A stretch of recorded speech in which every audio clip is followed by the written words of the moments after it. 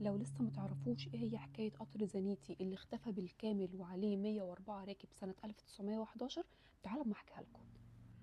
في أوائل القرن العشرين اشتهرت أوروبا بالتطور في صناعة وسائل النقل زي سفينة تايتانيك مثلا. وفي سنة 1911 أعلنت شركة زانيتي عن قيام أول رحلة لقطار صنعته كبير جدا طوله 1 كيلو متر. وكنوع من أنواع الدعاية أعلنت الشركة إن أول رحلة ليها هتكون من روما لميلانو. رحلة هتكون زي ما يكون في الجبل وسط الطبيعة، الركاب اللي فيها يستمتعوا بالمناظر الطبيعية. وقالت إن الرحلة الأولانية دي هتكون بالمجان.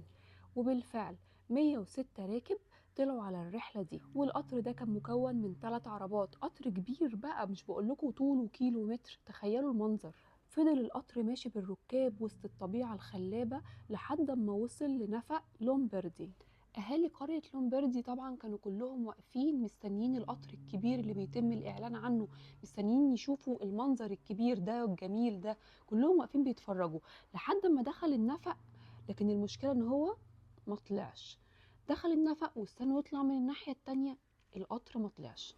طبعا الشرطة جت ودورت والباحثين يدوروا على أي حاجة تقول القطر ده راح فين، لكن هم ما لقوش أي حاجة. دخلوا النفق فاضي ما فيهوش أي حاجة، ما لقوش غير صندوق، بس صندوق كأنه صندوق قديم قوي قوي قوي من عصر قديم. ولقوا اتنين كانوا راكبين القطر ده، عرفوا ان هم ينطوا من القطر ده قبل ما يدخلوا على النفق على طول. طبعا الشرطة حاولت انها تستجوب الاتنين دول لكنها ما قدرتش ابدا، لان هم كانوا في حالة ذعر رهيب. استنوا شوية عليهم لما هديوا وبدأوا ان هم يسألوهم، قالوا القطر كان ماشي كويس جدا ومفيش اي حاجة، لحد ما قربنا ناحية النفق ابتدى ان يبقى فيه ضباب كتير حوالين القطر. في الاول ما استغربناش وقلنا يمكن يكون ضباب بسبب الجو او حاجة، مع ان كان الجو قبل كده كان كويس ومفيش اي مشكلة، بس قلنا ممكن يكون الجو. زاد الضباب جدا جدا جدا لحد ما بقينا مش شايفين اي حاجة من الازاز. واتفاجئنا كمان ان الضباب تحول لمادة لزجة سميكة على الشباك، وهنا احنا حسينا ان في حاجة مش طبيعية. ونطوا هو وزميله من القطار، ودي كانت اخر حاجة هم شافوها.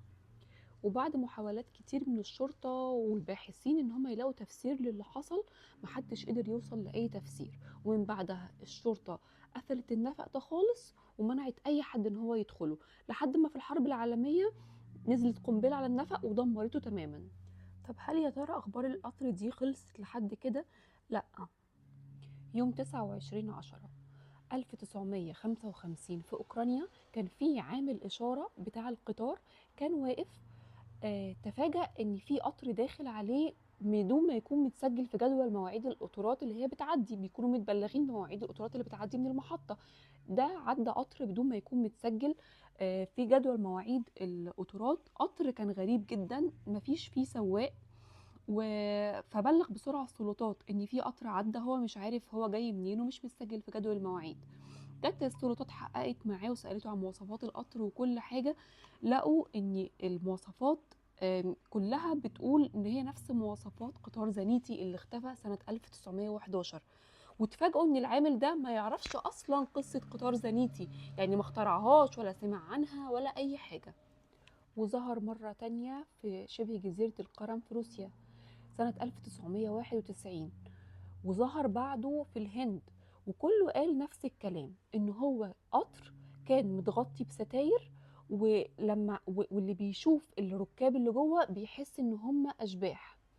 طب هل يا ترى المواصفات دي ظهرت بس في أزمنة بعد حادثة القطار ده، ولا ممكن يكون كمان القطر ده بيسافر بالزمن كمان في الماضي؟ تعال احكي لكم دي.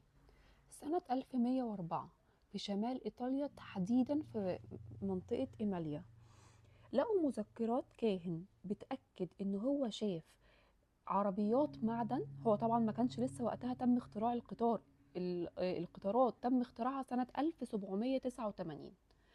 هو بقى 1104 قال إن هو شاف عربيات معدن بتمر فيها ستاير وجواها أشخاص غريبة وكأنهم أشباح. والمواصفات اللي هو وصفها في مذكراته دي كانت بالظبط هي نفس مواصفات قطار زانيتي. وفي سنة 1840 وبعيد خالص بقى عن إيطاليا، المرة دي في أمريكا اللاتينية تحديدا في المكسيك، ظهر 104 شخص لابسين لبس غريب جدا وشكلهم غريب جدا، والناس لما بيسألوهم انتوا مين ولا انتوا جايين منين يقول لهم احنا جايين من العاصمة الإيطالية روما. طبعا الناس ما كانوش فاهمين حاجة، اتصلوا بالشرطة بسرعة والشرطة جت حققت معاهم و... وقالوا لهم ان احنا جايين من روما، من العاصمة الإيطالية، من العاصمة الإيطالية.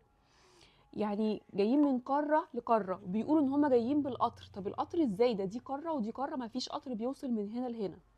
طبعا الشرطه قالت دول اكيد ناس كدابين، بس قبل ما احنا نحكم هم كدابين ولا لا وجايين منين، احنا هنجيب الطبيب النفسي جوزيه ساكسينو، هو اللي بالظبط هيقول لنا حالتهم ايه بالظبط.